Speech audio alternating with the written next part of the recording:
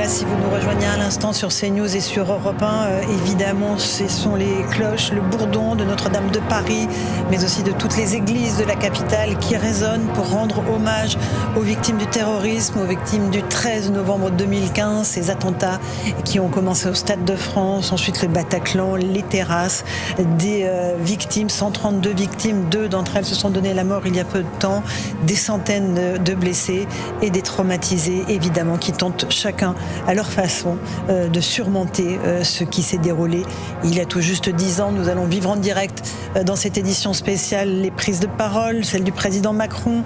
Il ne s'est pas exprimé depuis le début de la journée. Il y a eu plusieurs cérémonies dans cette journée devant les lieux de chaque attentat et nous allons vivre avec vous, chers amis auditeurs et téléspectateurs, cette journée de commémoration, d'émotion avec nos invités. Nous sommes avec Éric Nolot. Bonsoir Éric. Michel Auboin.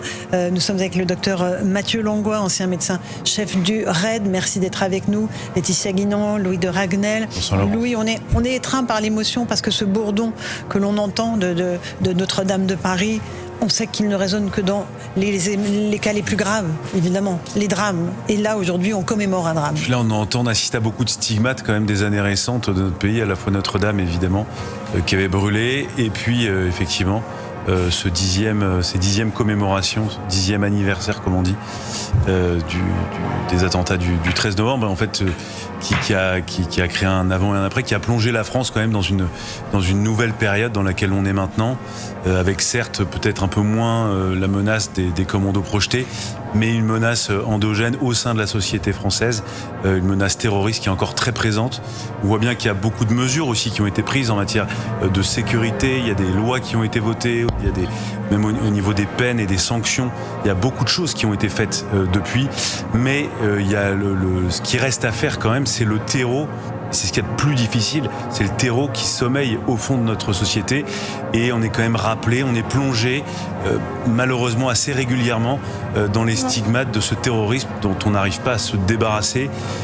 Et on est dans une société qui malgré tout reste extrêmement fragile. C'est-à-dire qu'on a des forces de sécurité robustes, très fortes, mais humaines aussi, et une société, c'est vrai, qui a été aussi, qui a mis du temps à savoir comment il fallait réagir. Il y a eu un moment, vous n'aurez pas ma aide, et puis il y a beaucoup de gens qui se sont dit quand même, la menace est très violente et il va falloir qu'on se réarme.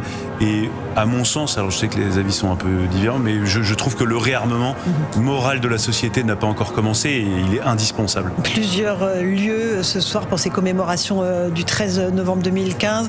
Le bourdon de Notre-Dame que nous pouvons entendre, amis auditeurs et téléspectateurs. Le jardin du souvenir qui sera inauguré dans quelques instants par Emmanuel Macron. La place de la République où l'on voit de nombreuses bougies, des messages, beaucoup de Parisiens qui viennent se recueillir. Docteur Mathieu Langlois, vous êtes l'ancien médecin-chef du RAID. Vous êtes intervenu dans cette nuit du 13 novembre 2015 à l'intérieur du Bataclan, et je le précise, alors que les terroristes étaient encore sur place. Vous avez découvert une scène de guerre et vous avez, avec la colonne du RAID dans laquelle vous êtes arrivé, porté secours aux premiers blessés, c'est bien cela? Racontez-nous. Avec tous les policiers aussi du quotidien qui étaient là avant nous. Et donc là, ce qu'on avait anticipé, c'était que sur des situations de terrorisme de masse, l'action des unités spéciales, RAID, GIGN, BRIPP, c'était d'être en capacité évidemment de sécuriser, de neutraliser les menaces, quelles qu'elles soient, mais aussi, et c'est pour ça qu'on avait intégré des médecins, être capable, dans une zone où personne ne peut aller, parce que la menace est telle, de gagner un autre combat qui est celui du temps et pour les blessés les plus graves. Et donc notre rôle là, c'était d'organiser les secours, de faire du sauvetage, des gestes de sauvetage, mais surtout de mettre en sécurité, donc d'extraire l'ensemble des gens qui sont encore vivants et de les mettre en sécurité, parce que tout le monde comprend que la neutralisation des menaces, ça prend du temps, ou ça peut prendre du temps. Moi, c'est pas ma spécialité. Je peux pas dire voilà, il faut arrêter. Voilà, je suis médecin. Et je sais que ça peut prendre du temps. Et donc, tout ce qu'on avait construit depuis 2012 en particulier, sous l'impulsion d'Amaury de Haute-Cloque, c'était de dire, ce temps-là, il ne faut pas le perdre, en plus, pour les blessés graves. Et donc, si j'ai le feu vert, je peux pas faire seul. Je peux pas décider seul de rentrer dans la fosse. Si un des officiers me dit, si tu rentres dans la fosse, on va te tirer dessus et ça va exploser. Bon, en principe, je suis pas complètement fou. Vous écoutez les ordres. Voilà. J'obéis aux ordres. Personne ne le savait à ce moment-là. Justement, parce que personne ne savait s'il y avait des explosifs. Vous ne saviez pas de combien de temps vous alliez disposer, justement, peut-être avant qu'il y ait d'autres tirs. Donc, il faut aller vite. Docteur Langlois. Il faut aller vite. Il faut que ce soit coordonné entre nous. Oui. Donc, tout ça, ça demande énormément d'exercice. Et après, il y a une part d'incertitude évidente. Mais sinon, on n'y va pas, personne n'y va. Bien donc voilà. La décision, elle nous appartient tous. Elle appartient au commandement. Dire on engage ou on n'engage pas. Clairement, si les terroristes étaient juste sur le balcon en train de tirer dans la fosse, je suis certain. Alors déjà, moi, je pense que j'aurais eu l'attitude appropriée, mais je suis certain que le commandement du raid m'aurait dit Doc, pour l'instant, tu restes en arrière. Voilà. Après, on est habitué à être très engagé par rapport à la menace. Alors là, ce soir-là, on l'a été un peu plus. Bien entendu. Que ce qu'on avait prévu. Vous nous racontez que vous avez vu les premiers blessés déjà sur le trottoir, et quand vous entrez dans la salle, il y a des plaies terribles. Enfin, je veux dire, ce sont des armes de guerre qui ont déchiré les jeunes gens qui étaient dans le public, docteur. Mais voilà, il faut à ce moment-là, il faut vous passer dans un autre rôle, une autre dimension. Mon rôle, il est d'organiser, d'avoir une vision globale et surtout pas de s'arrêter aux premières horreurs que vous allez voir. C'est pas comme si je soignais quand je suis chez les pompiers, au SAMU ou à l'hôpital, où là on est concentré à 100% sur le blessé. Là, c'est autre chose. Là, c'est ce qu'on connaît bien en médecine de catastrophe. Enfin, on connaît bien. C'est des situations qu'on a anticipées en médecine de catastrophe. Après, dans ce qui était vraiment, pour mon avis, nouveau pour tout le monde, c'est qu'on est tous pris au piège. On est enfermés dans un lieu clos. Si vous êtes dehors, moi j'avais beaucoup discuté après avec ceux qui avaient vécu par exemple la tuerie de Las Vegas. La tuerie de Las Vegas, ils sont à l'extérieur. Les blessés fuient de tous les côtés. Là, on est tous pris au piège. Si ça explose, on sera tous condamnés dans ce piège-là. Et ça change beaucoup votre appréciation, ou en tout cas votre compréhension de la menace. Et ce que vous découvrez, ce sont des dizaines de cadavres. Oui, alors, encore une fois, je vais être très pudique, mais en tout cas pour les deux médecins du raid, je le connais bien, celui qui était avec moi, c'était malheureusement pas nos premiers cadavres. D'accord. Mais dans cette proportion-là, évidemment, personne n'avait jamais vu ça dans notre pays. Mais personne n'avait vu ça, et c'est là où il faut surtout pas rester et subir cette situation en disant mince, je l'ai pas vécu, qu'est-ce que je fais? Il faut dire, en effet, il faut l'accepter de jamais l'avoir vécu, que ce soit beaucoup plus violent et brutal que tout ce que vous avez pu imaginer, tout ce que vous avez pu préparer. Mais ce qu'on attend de vous, c'est maintenant. Allez, et soyez efficace. Et que ce soit pas efficace, que ce soit très efficace. Très, très efficace. Vous avez revu certaines des personnes qui étaient dans la salle depuis? Très peu, j'ai surtout pas cherché ça. Et surtout avec l'horreur, quand on entre et qu'on voit ce spectacle, et surtout d'entendre les portables qui sonnent, c'est-à-dire des parents des victimes, et qui cherchent à rentrer en contact, et les portables, la sonnerie s'arrête et ça recommence. Alors, le docteur Langlois, allez-y. Oui, je l'ai dit juste avant, c'est que nous, quand on rentre, à partir du moment où, en tout cas pour ma part, quand je suis rentré, je pense que je me suis mis dans ce que j'appelle une bulle sensorielle qui me protège.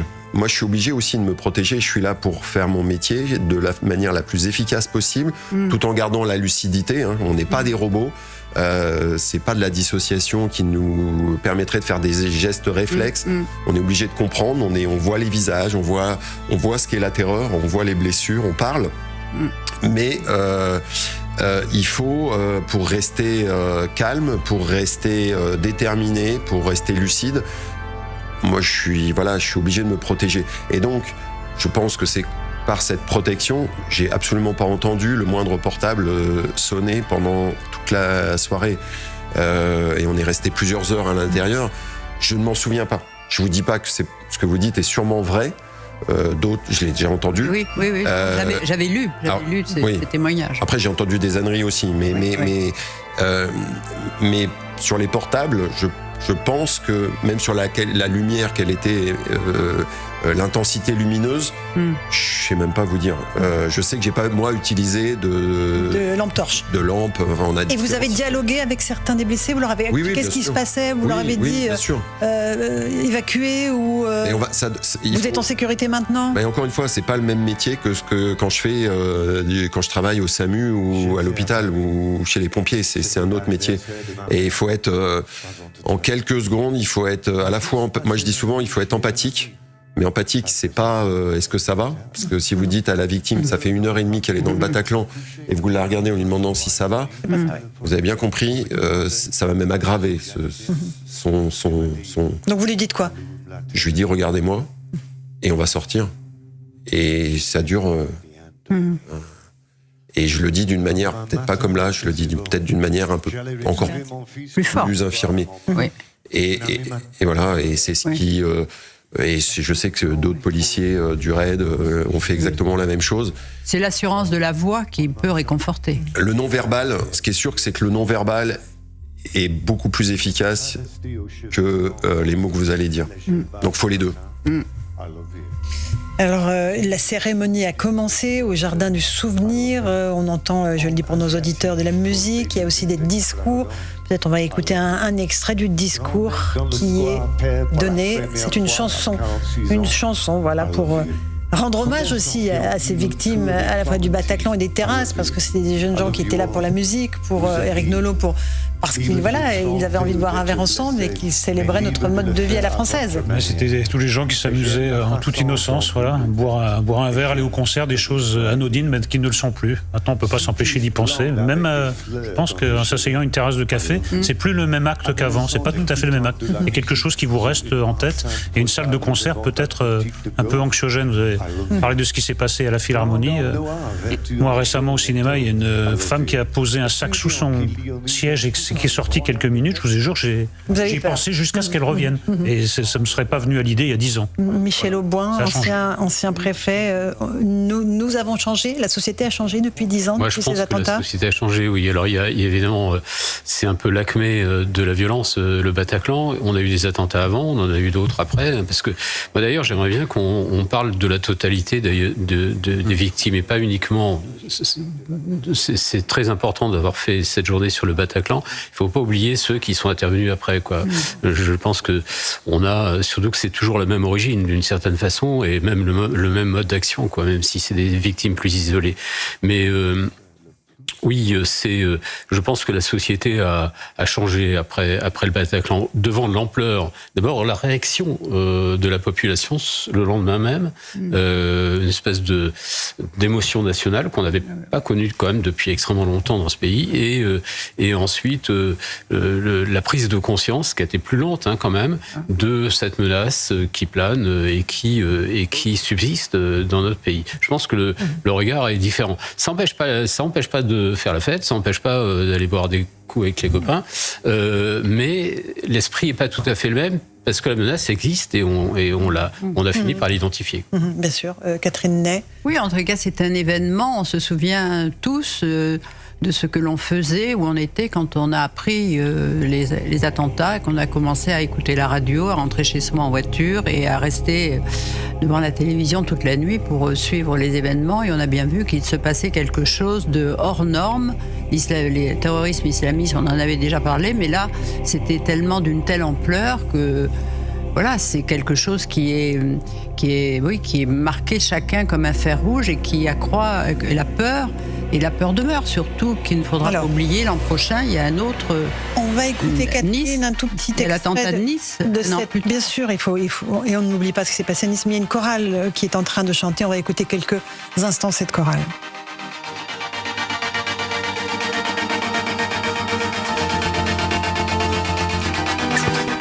La chorale des rescapés.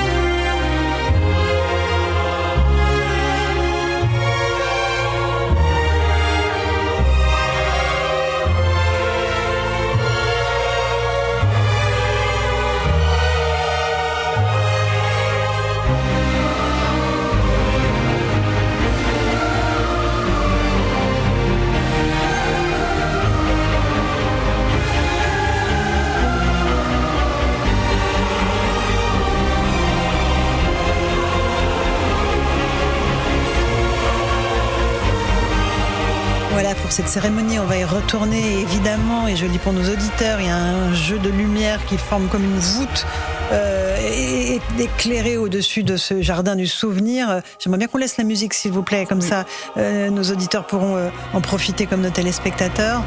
C'est important, Éric Melot, de faire ces cérémonies. On entendra notamment Arthur Desnouveaux, qui a créé une association, d'autres personnes témoigneront, le président Macron prendra la parole. C'est important, ces moments de commémoration sont importants pour ceux qui ont survécu et qui disent « ne nous oubliez pas ». Parce que c'est le risque d'oublier ce genre de cérémonie. Ça prend quand même ça prend aux tripes, cette cérémonie, quand on voit Notre-Dame, quand on voit le reste. Voilà, donc c'est très important de raviver. Sinon, ça s'efface. Avec le temps, ça devient de moins en moins vivace. Il ne faut pas oublier, non. Docteur Langlois. Vous voulez savoir qui est... Oui, alors qui s'exprime là ? C'est le président de l'autre association, donc c'est... Philippe Duperron, on va écouter ce qu'il dit. 13-11-15, écoutons ce qu'il dit. Merci, Monsieur le Président, de votre présence en ce jour et en ce lieu, marquant ainsi votre attention jamais prise en défaut pour toutes les victimes. Par votre présence, c'est toute la nation qui aujourd'hui se souvient, c'est toute la nation qui aujourd'hui se recueille.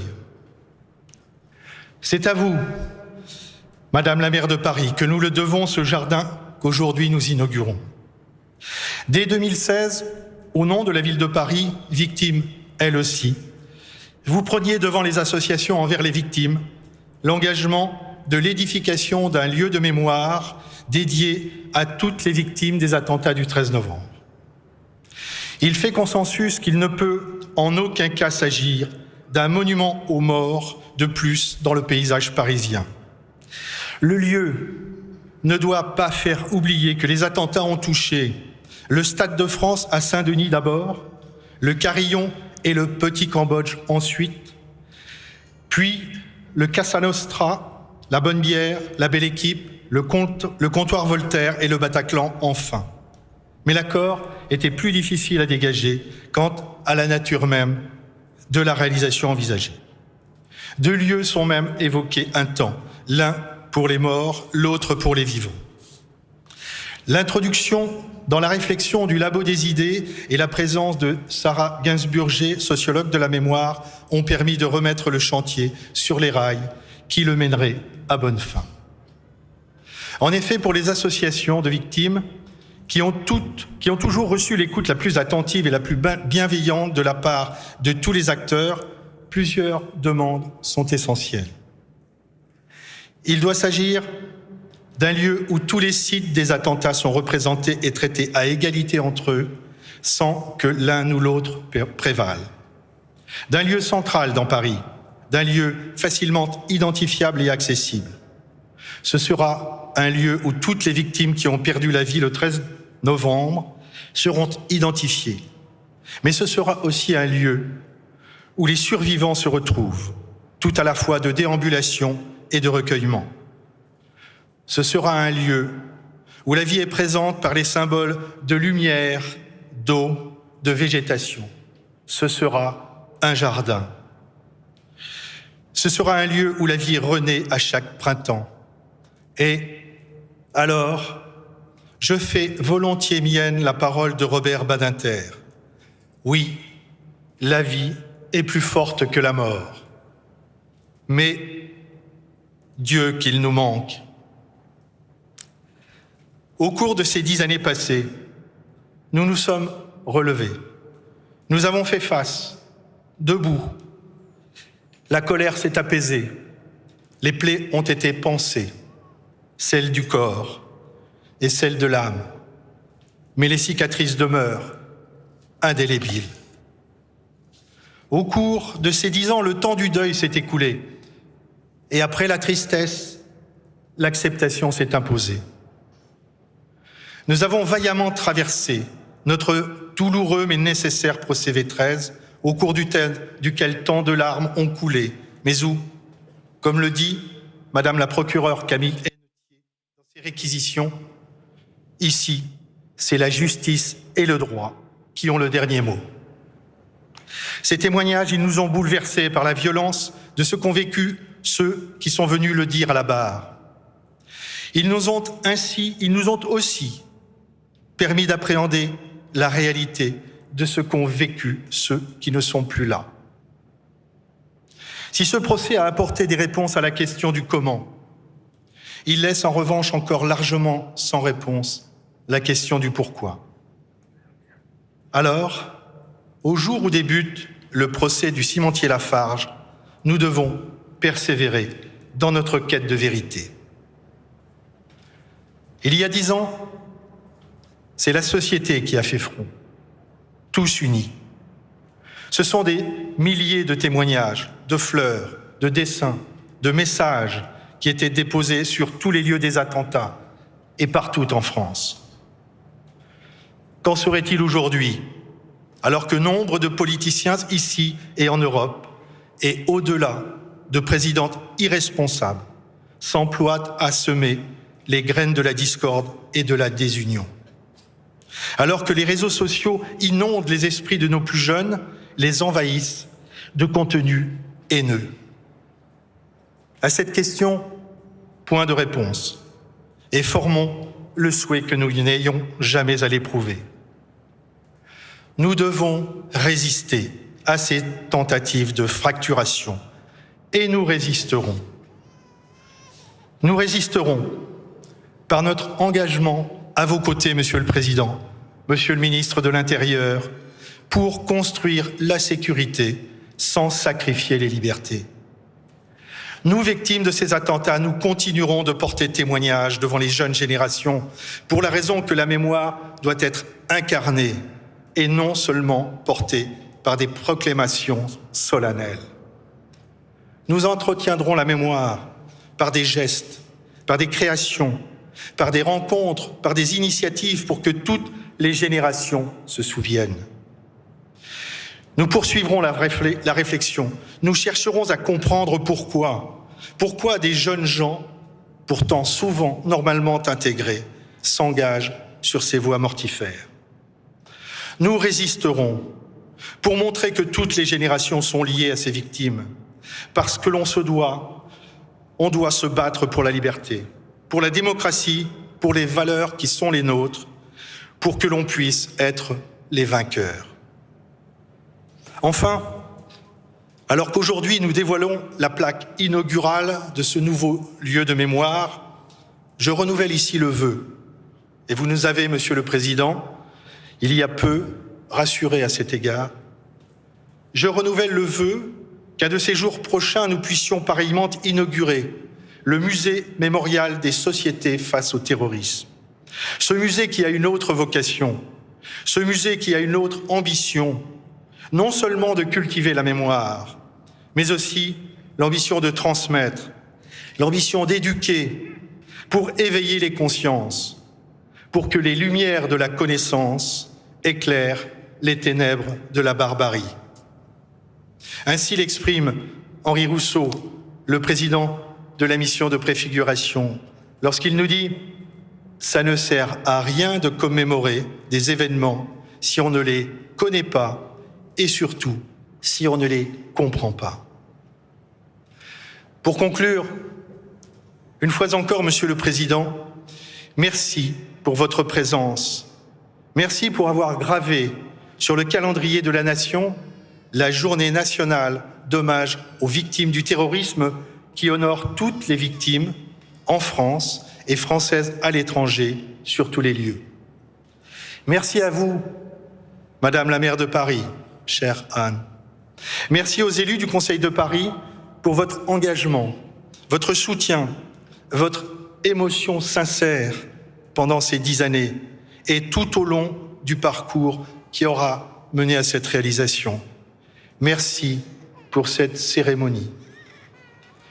Pareillement, mes très sincères remerciements aux membres de l'équipe de Wagon Landscaping et à tous les maîtres artisans, à tous les compagnons, tailleurs de pierre, paveurs, paysagistes, jardiniers, qui ont mis tout leur cœur à cet ouvrage, à l'ombre de la maison des Compagnons du Devoir.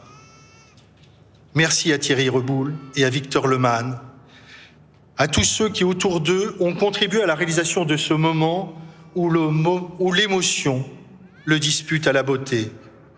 Merci d'avoir sublimé ce lieu de mémoire par la lumière et la musique, Merci pour cette cérémonie d'hommage où le rock prend sa place, si symbolique. Cette cérémonie dont les victimes forment le cœur dans les 2 orthographes du mot. Merci pour l'infinie délicatesse du choix des textes. Merci à vous tous. Merci pour eux. Dans ce jardin fleuri ce soir, ils sont présents avec nous.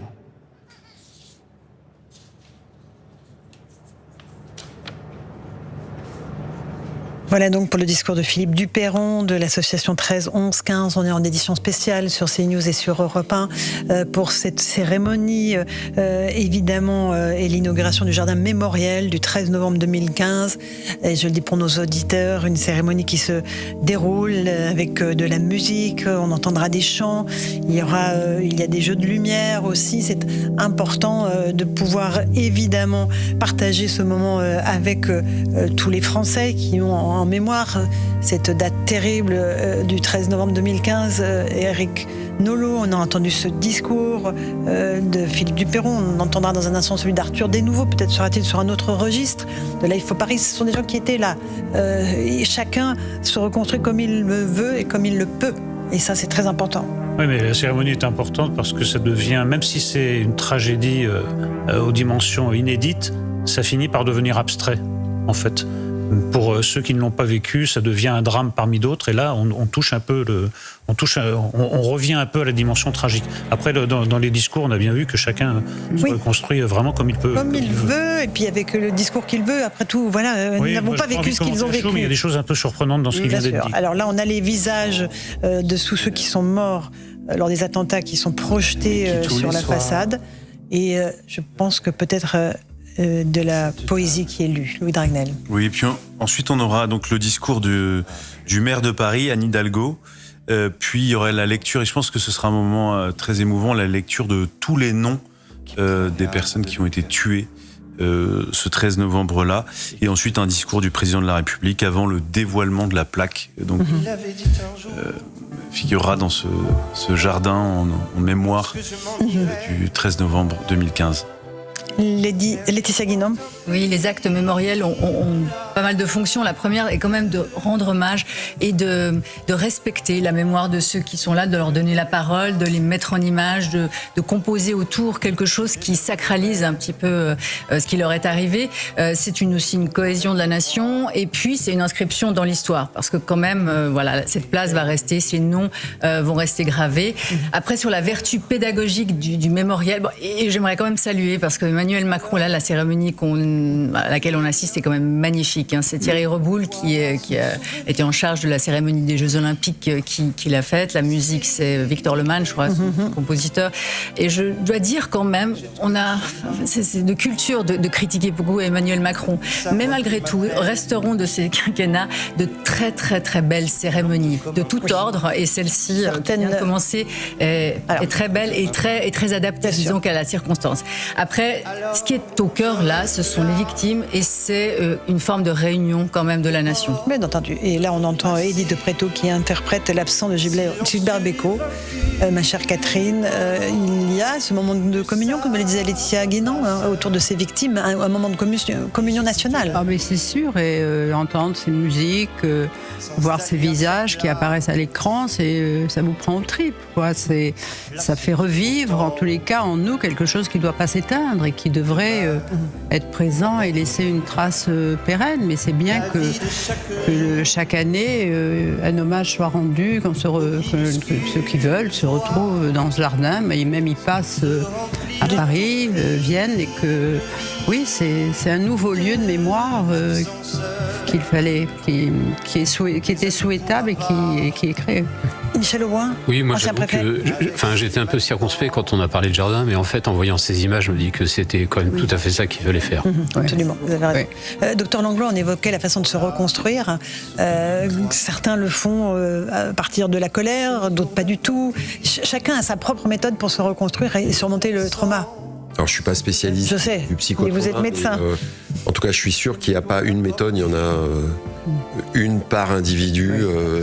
Et puis après, il y a la bulle familiale, il y a la bulle professionnelle, il y a tout ça qui fait que on va ou pas se reconstruire, chacun à son rythme, chacun voilà, et que c'est un moment là, moi, je suis assez ému quand même quand je vois ça. Après, moi, ma vie, elle n'a pas été brisée ce soir-là, même si évidemment, elle m'a impacté très fortement, que je suis plus le même médecin, je suis plus le même homme. Depuis 2015, mais c'est-à-dire que vous agissez différemment ? Bien sûr, bien sûr, mais j'ai pas ma vie personnelle n'a pas été brisée. J'ai pas perdu ma sœur, mes enfants. Enfin, et je pense à eux quand je dis ça, c'est-à-dire que évidemment, je sais des victimes, j'en croise tous les jours dans mon métier de médecin. Donc des vies brisées, je sais ce que ça peut être, je sais aussi dans le temps, parce que vous l'avez dit, il faut pas oublier, et que souvent toutes ces familles vont vivre toute leur vie avec ces séquelles, et on sait que parfois ça peut surprendre, mais les séquelles physiques sont plus faciles pour se reconstruire que les séquelles psychologiques. Ça a été exactement. Et en plus, c'est très facile à comprendre. Moi, je suis pas psychiatre, mais quand vous luttez contre la douleur, quand vous luttez contre une amputation, contre des vraies séquelles physiques, vous luttez, vous êtes dans l'action. Le traumatisme psychologique, c'est terrible. Et ça nous touche tous. Et attention, parce que là, on est aux 10 ans. Mais il y en a, vous avez parlé déjà de nouvelles victimes qui se sont suicidées il n'y a pas si longtemps que ça. Mais il faut tout faire pour qu'il n'y en ait pas d'autres, y compris chez les intervenants. Enfin, je mets tout le monde. Je pense aux policiers, aux pompiers, même aux médecins, même aux psychologues qui ont ensuite travaillé, qui ont suivi. Il y a les avocats qui ont participé au procès. Il y a tout un tas de personnes qui se sont, à différents niveaux, chacun dans leur métier, impliqués énormément, et dont ils peuvent aussi avoir des traumatismes qui peuvent évoluer dans le temps, malheureusement. Docteur, on va écouter ces noms égrenés, ces noms des victimes des attentats du 13 novembre.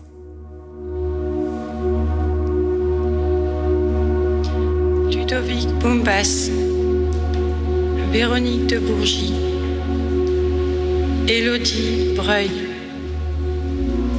Cipriano Calciu et Lacrimura Mariana Pop, Claire Camax, Nicolas Catina, Baptiste Chevreau, Nicolas Classo, Cécile Coudon-Pégado de Lille,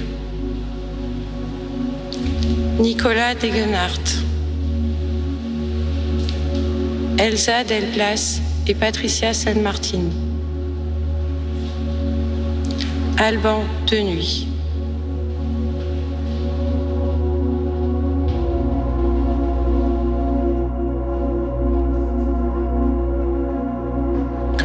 Vincent Détoc, Frédéric Calizo dit Fred Deville, Asta Diakité, Manuel Dias, Romain Didier et Lamia Mondeguer, Lucie Dietrich, Elif Dogan, Fabrice Dubois, Romain Dunet, Thomas Duperron, Justine Dupont, Mathias Dimarski et Marie Loche.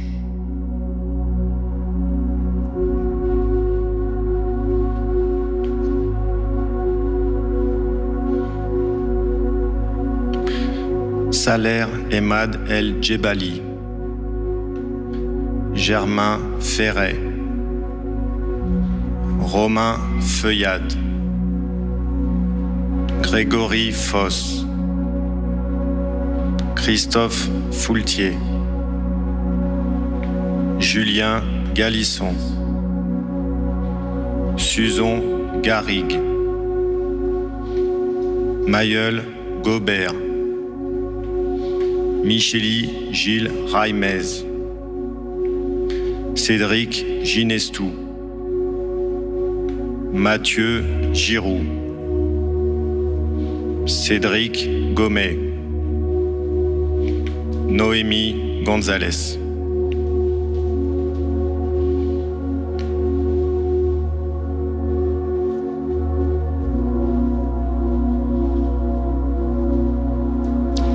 Juan Alberto González Garrido, Stéphane Grégoire et Frédéric Hénino, Anne Guyomard, née Cornet et Pierre-Yves Guyomard, Stéphane H, Thierry Ardouin et Marie-Aimée Dalloz, Olivier Auducœur, Pierre-Antoine Henry, Raphaël Hils, Mathieu Hoche, Jamila Oud.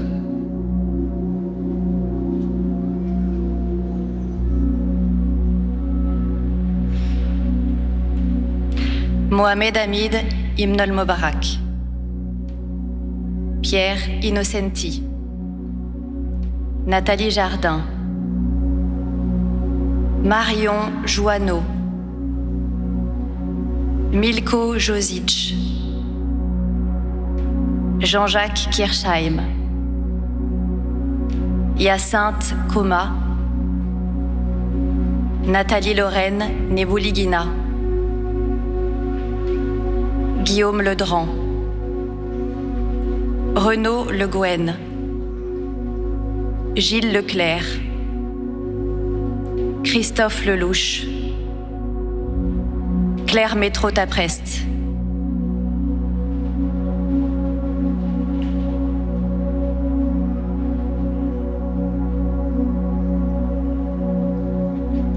Cécile Martin, Antoine Marie, Cédric Mauduit, Charlotte et Émilie Maud, Isabelle Merlin, Fanny Minot, Yannick Mainviel, Cécile Miss et Louis Philippe Choré, Marie Mosser, Justine Moulin, Quentin Mourier,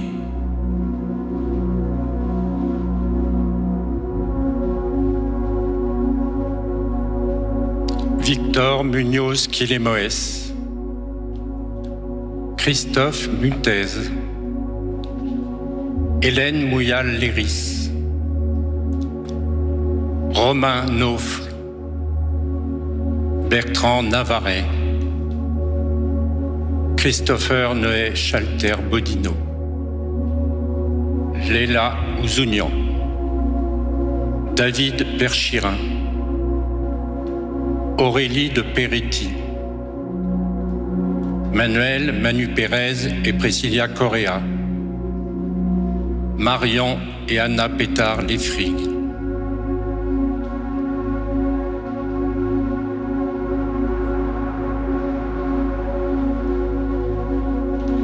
Franck Pitiot, Caroline Prénat,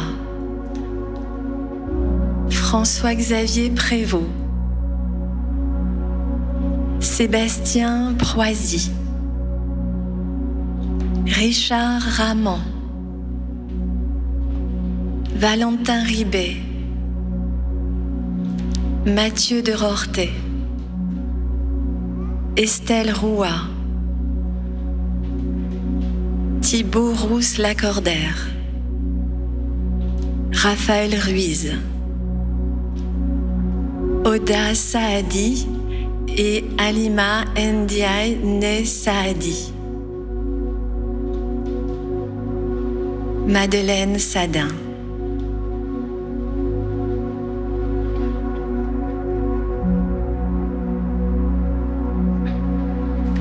Kérédine Sabi. Lola Saline. Hugo Sarad. Jalal Seba. Maud Serrault. Sven Alejandro Silva Perugini. Valeria Solesine. Fabien Stech. Ariane Teller. Éric Thomé. Guillaume Valette. Olivier Vernadal. Stella Soanirina Yasmine Berry.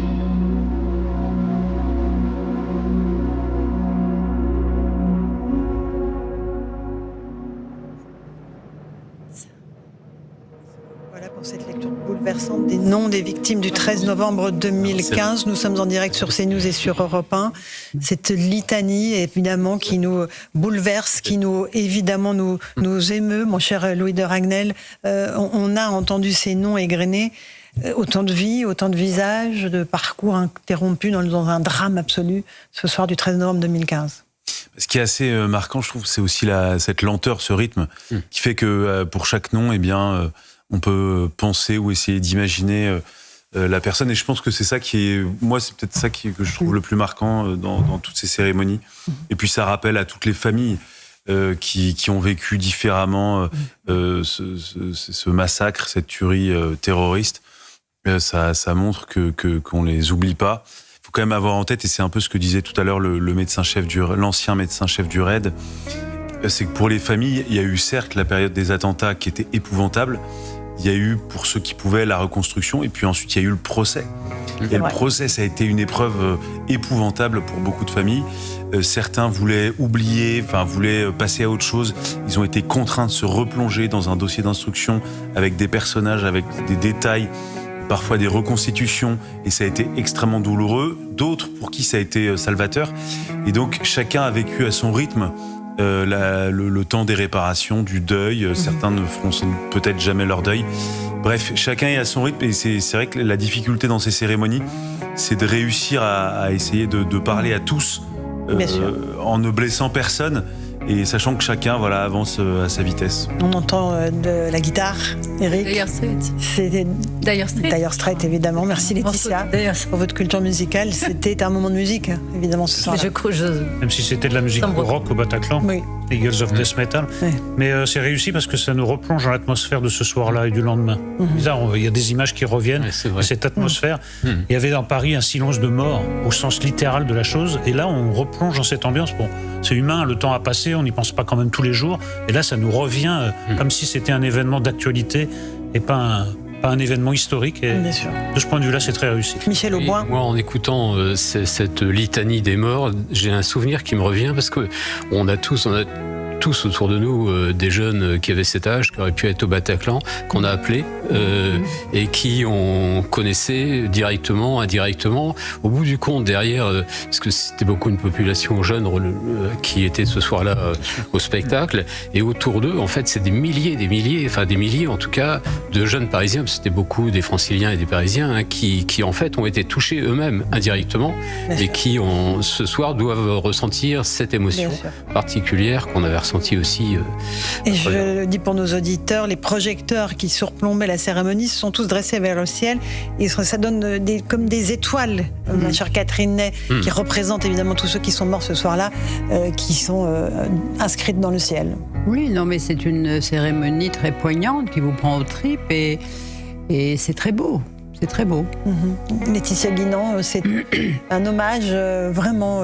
C'est un hommage parce qu'effectivement, là, le terrorisme atteint toujours, nous terrorise évidemment, mais atteint à tous nos sacrés, enfin, brise nos tabous. Là, c'est en l'occurrence la jeunesse, la liberté, nos libertés, une certaine façon de vivre aussi, et d'insouciance, l'art aussi. Et donc, effectivement, il faut... à d'autres moments, ça a pu être la presse ou l'humour. Hein. C'est en fait...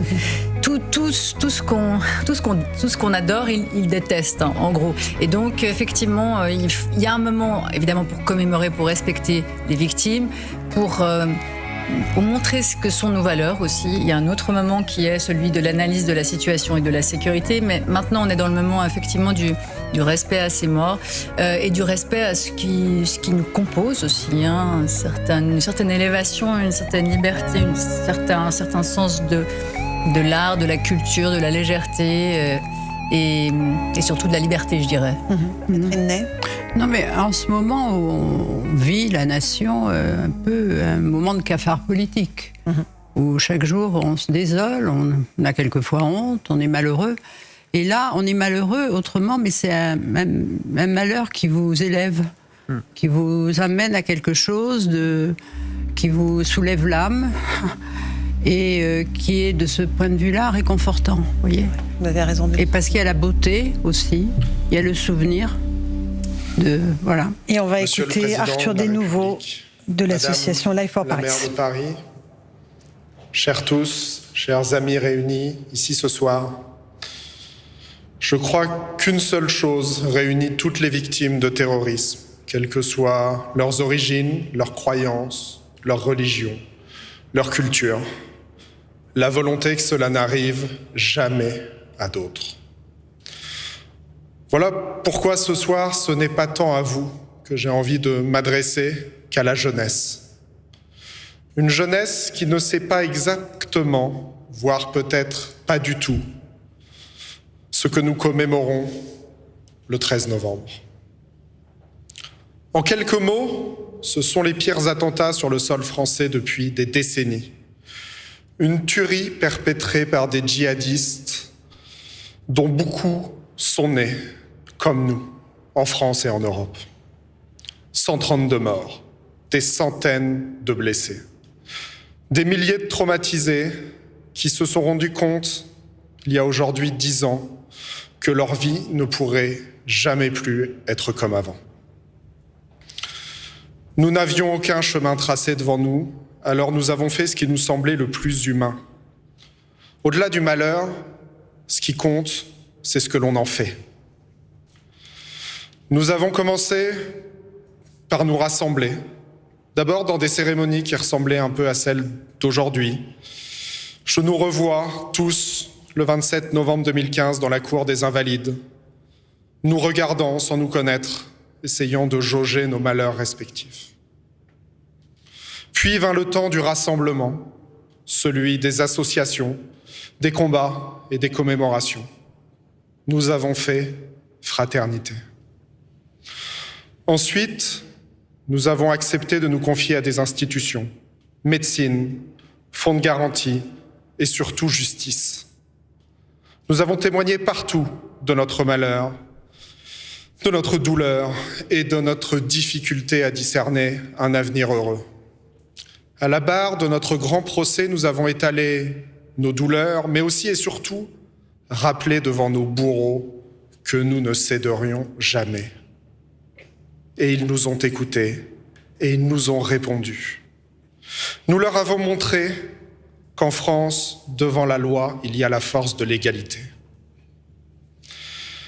Reste aujourd'hui, pour nous tous, 10 ans après, la question de pouvoir se détacher du drame. Le peut-on? Le peut-on quand on est endeuillé? Le doit-on? Chacun y trouvera la réponse qu'il veut ou qu'il peut, mais nous sommes liés par ce drame. Nous ne pouvons que constater une chose. Heureux ceux qui ont toute leur liberté.